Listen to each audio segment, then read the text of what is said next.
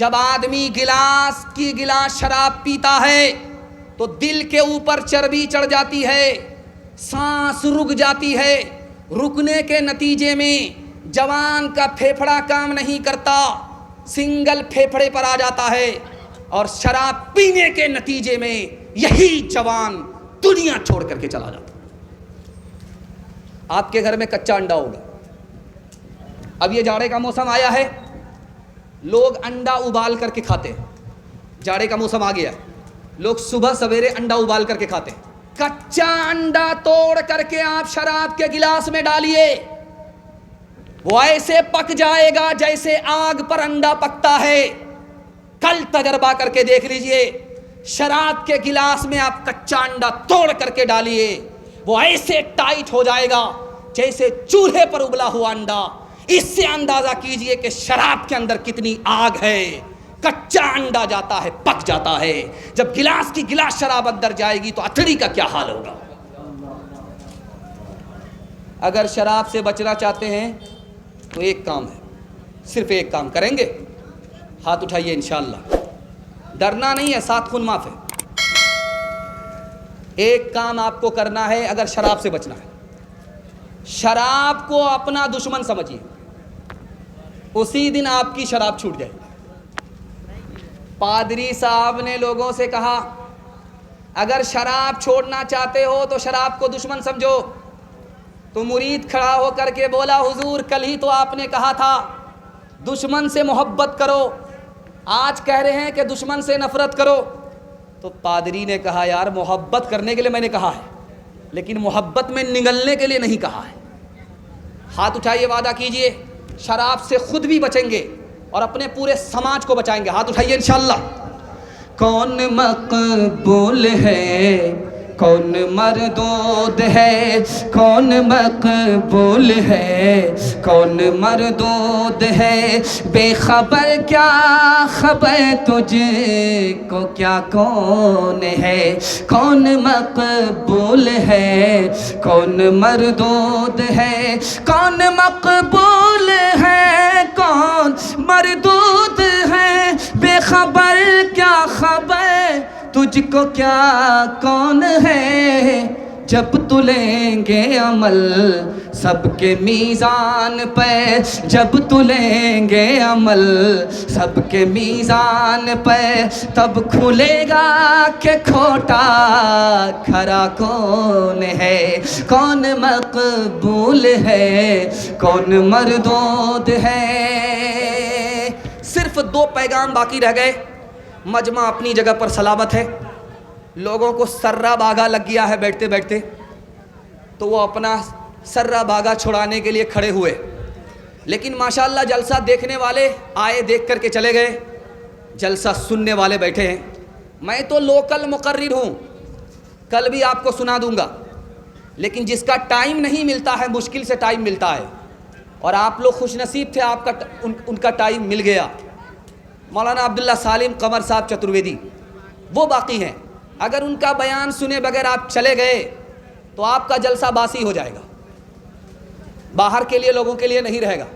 हाथ उठाइए, वादा कीजिए जब तक वो आ ना जाए, उनका बयान हो ना जाए, हम लोग यहाँ से नहीं जाएंगे। हाथ उठाइए इंशाअल्लाह। इंशाअल्लाह सिर्फ 2 पैगाम आपकी खिदमत पर रखने के लिए जा रहा हूँ। 5 मिनट में मेरे हिस्से का जलसा मुकम्मल हो जाएगा।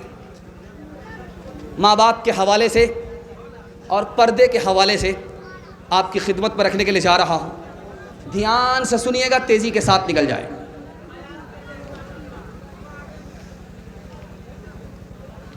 ये जो कुर्सी है, इस कुर्सी के नीचे आप घर में देखेंगे तो बिच्छा निकलता है, चौकी हटाएंगे तो बिच्छा निकलता है। उस बिच्छे को जो भी देखता है जूता चप्पल से मारता है। गुलसिता में इसका राज लिखा है, उस बिच्छू ने काटा नहीं है, फिर भी बच्चा भी उसको जूते से मारता है, बूढ़ा भी जूते से मारता है। जानते हैं क्यों? जब वो बिच्छू अपनी माँ के पेट में था, उसकी माँ ने उसको संभाले रखा। जब वो बड़ा हो गया तो अपनी माँ के पेट को फाड़ करके वो बाहर निकल गया। माँ के ऊपर उसने जुल्म किया। बचपन में जिस माँ ने उसको संभाला उस पर उसने सितम किया। उसका नतीजा ये है कि उसको कोई भी देखता है जूते से खबर लेता है। 3 तरह के बेटे होते हैं। एक बेटे का नाम है पूत, दूसरे बेटे का नाम है सपूत, तीसरे बेटे का नाम है कपूत। कबूलियत की घड़ी है, इसको ध्यान से सुनिएगा। अल्लाह से दुआ करता हूँ अल्लाह आपको होनहार बेटा अता फरमाए। एक बेटा है जो पूत है, माँ बाप ने दौलत बनाया, उसको बचा करके रखा, बढ़ा नहीं सका, ये बेटा पूत है। दूसरा बेटा सपूत है, माँ बाप ने जो दौलत बनाई उसको बचाया भी और उसको बढ़ाया भी, ये सबसे होनहार बेटा है। मैं दुआ करता हूँ ऐसा होनहार बेटा सबको अल्लाह अता फरमाए। तीसरा बेटा है जिसका नाम है कपूत। कपूत कौन बेटा है? कबूलियत की घड़ी में पनाह मांगिए, ये नालायक बेटा है। माँ बाप की दौलत तो बचा नहीं सका, माँ बाप की दौलत को बढ़ा नहीं सका, माँ बाप की दौलत को दारू में, जुआ में, शराब में बर्बाद कर बैठा। कबूलियत की घड़ी है, दुआ करता हूँ अल्लाह ऐसे नालायक बेटे से आपकी हिफाजत फरमाए। माँ बाप मोहब्बत से अपने बच्चे को पालते हैं, लेकिन जब बच्चा जवान होता है तो माँ को भी डांटता है, बाप को भी डांटता है, बाप को भी धक्का मारता है, माँ को भी धक्का मारता है। बड़े प्यार से पाला पोसा, लेकिन जवान हुआ माँ बाप के साथ सख्ती करता है। जानते हैं क्यों? अपने बचपन को भूल गया। कितनी मोहब्बत से बाप ने पाला, अपनी जवानी घुला दी। कितनी मोहब्बत से माँ ने पाला, कच्चे में सो गई, सूखे में सुलाया। अपने बचपन को भूल गया है, इसलिए माँ बाप के साथ सख्ती कर रहा है। एक मिसाल पर पैगाम खत्म कर रहा हूँ, सुनने के लिए आप लोग तैयार हैं? हाथ उठाइए इंशाअल्लाह। बिल्कुल तैयार माशाअल्लाह। बहन से ज्यादा साली पर मेहरबान होंगे, हाथ उठाइए इंशाअल्लाह। खैर माशाअल्लाह।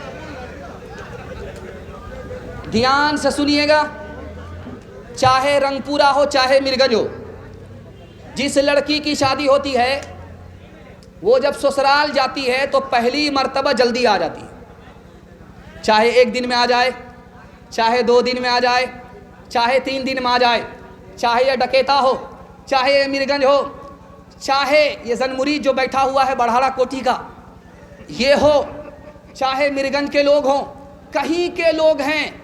रिवाज ये है कि लड़की की शादी हुई, मैके से ससुराल गई, 1 दिन में आ गई, 2 दिन में आ गई, 3 दिन में आ गई। लेकिन अब होता क्या है ये सुन करके आपको हैरत होगी। जब पहली मर्तबा लड़की आती है ससुराल से मैके, मोहल्ले की सारी औरत घेर लेती है। सवाल जवाब होता है, बेटी ससुराल से आ रही हो, ससुराल कैसी थी? तो लड़की कहती सुभान अल्लाह। दूसरा सवाल होता है कि ससुर कैसे थे? तो लड़की कहती माशाअल्लाह। तीसरा सवाल होता है कि शौहर कैसे थे?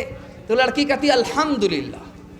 अब एक औरत कहती है सब फालतू सवाल है, असल सवाल का जवाब दो, तुम्हारी सास कैसी थी? तो कहती अस्तगफिरुल्लाह, ला हौला वला कुव्वत इल्ला बिल्लाह, जल्ले तू जलाल तू, उस बला को टाल तू। माँ को समझ में आ गया मेरी बेटी को सब पसंद है, सास पसंद नहीं है। तो माँ ने कहा बेटी तुम्हारे जवाब से मुझको दुख हुआ, ये बताओ पहली मर्तबा जो ससुराल गई थी कौन लेकर के गई? कहा सास आई थी। 100 लड़की में हमको पसंद किया, 99 को छांटा और मुझको अपने बेटे की बहू बना करके मैके से ससुराल ले आई। अब माँ ने मौके का चौका मारा कि बेटी ये सास का ही एहसान है, इतनी अच्छी ससुराल मिल गई। ये सास का ही एहसान है, इतने अच्छे शौहर मिल गए। ये सास का ही एहसान है, इतनी अच्छी ससुराल मिल गई। बेटी सास बला और मुसीबत नहीं होती, कभी माँ होती है, कभी माँ से बढ़कर होती है। हाथ उठाइए, वादा कीजिए बेटी की तरफदारी में दामाद सीधा जेल जाएगा। हाथ उठा दीजिए इंशाल्लाह। 2-4 आदमी बिल्कुल सही जा रहा है।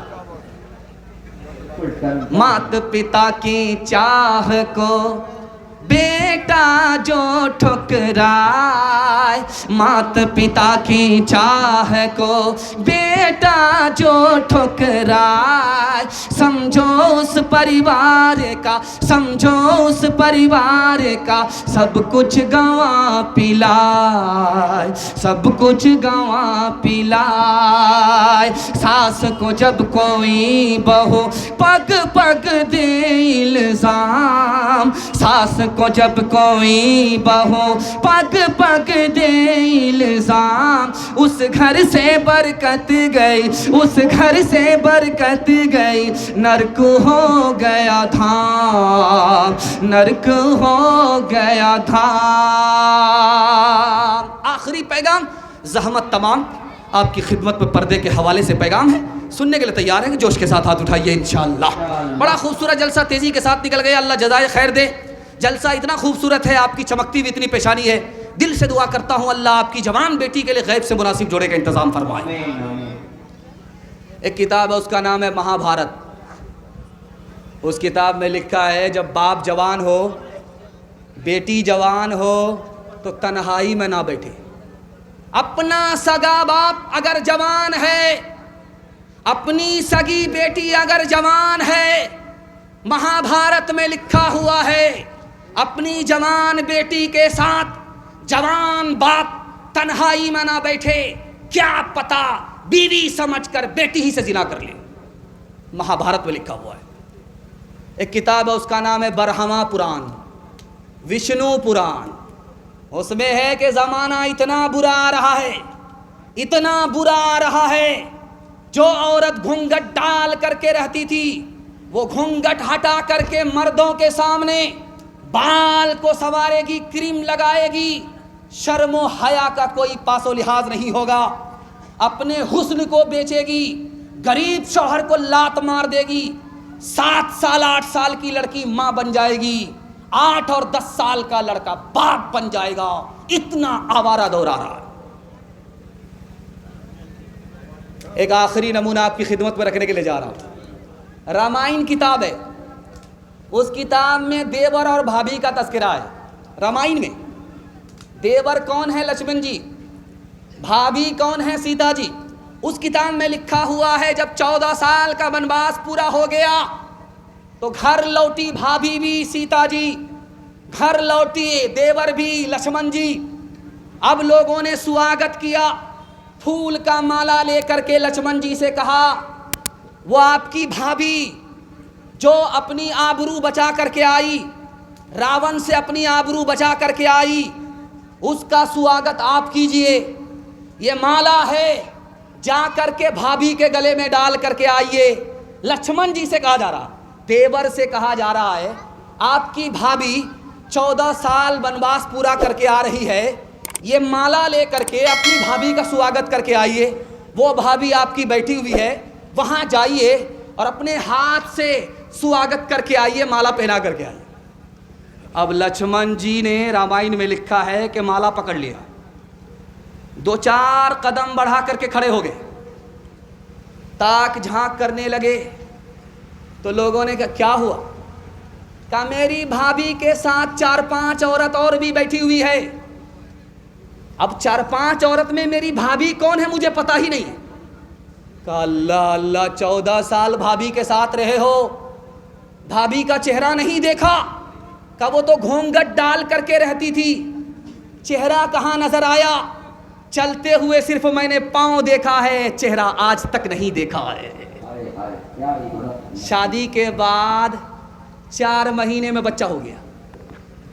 अभी शादी को सिर्फ 4 महीने हुए, बच्चा हो गया।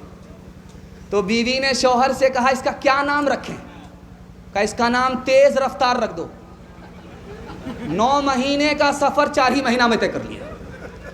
कहाँ गई वो सीता मैया और कहाँ है अब मरियम, भारतवर्ष में जिनके चरित्र पे गर्व किया करते हैं हम, जो अपनी इतिहास भुला दे, आग लगे उस फैशन में, आग लगे उस फैशन में। हिंदुस्तान का चेहरा देखो, सच्चाई सच्चाई के दर्पण में, हिंदुस्तान का चेहरा देखो सच्चाई के दर्पण में। अमन की देवी तड़प रही है गांधी जी के आंगन में, गांधी जी के आंगन में। मेरा पैगाम ख़त्म हो गया। आपसे वादा लेना चाह रहा हूँ, 3 वादे पर आप खड़े